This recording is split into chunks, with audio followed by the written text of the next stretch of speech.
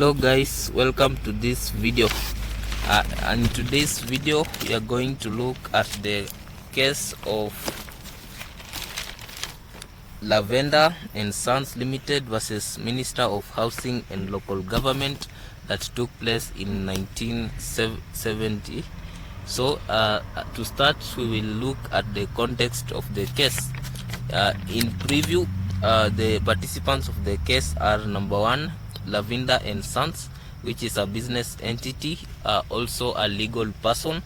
Then we have a Minister of Agriculture, Fisheries and Food, and also a Minister of Housing and Local Government.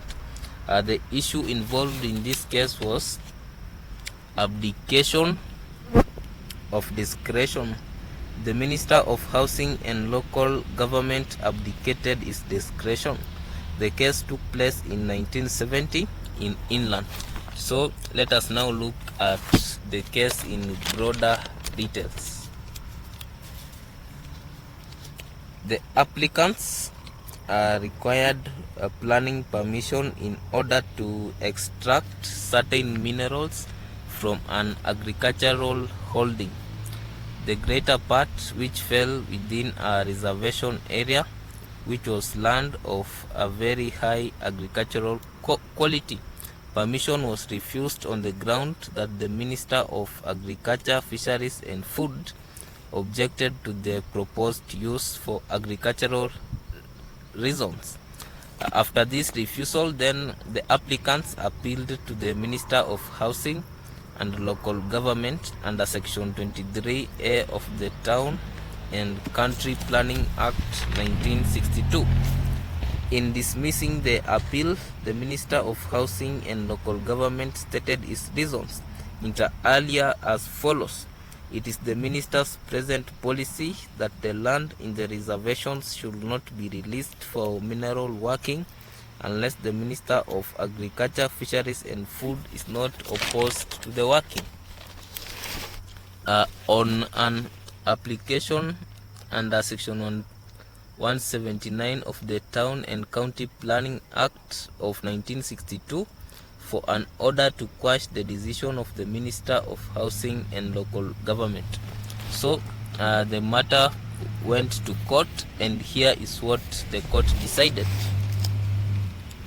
Although the court had no authority to interfere with the administration of the Minister of Housing and Local Government of his planning policy, it was clear that his decision to refuse planning permission to the applicants was made solely in pursuance of a policy to permit minerals in the reservations to be worked unless the Minister of Agriculture and Food was not opposed thereto.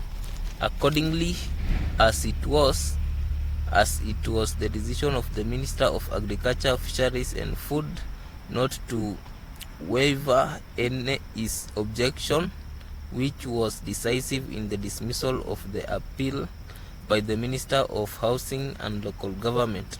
The latter had failed in the proper exercise of discretion by acting solely in accordance with his stated policy, and further had improperly delegated his duties in relation to the appeal, comprising in hybrid form both administrative and quasi-judicial functions, to the Minister of Agriculture, Fisheries and Food. So in short, the court found that the Minister of Housing and Local Government abdicated his discretion and left it to the Minister of Agriculture, Fisheries and Food. He did not exercise his discretion as provided by law. Thank you for watching this video. Like, share and subscribe. Again, this is a very important case when it comes to misuse of discretion in administrative law. Thank you.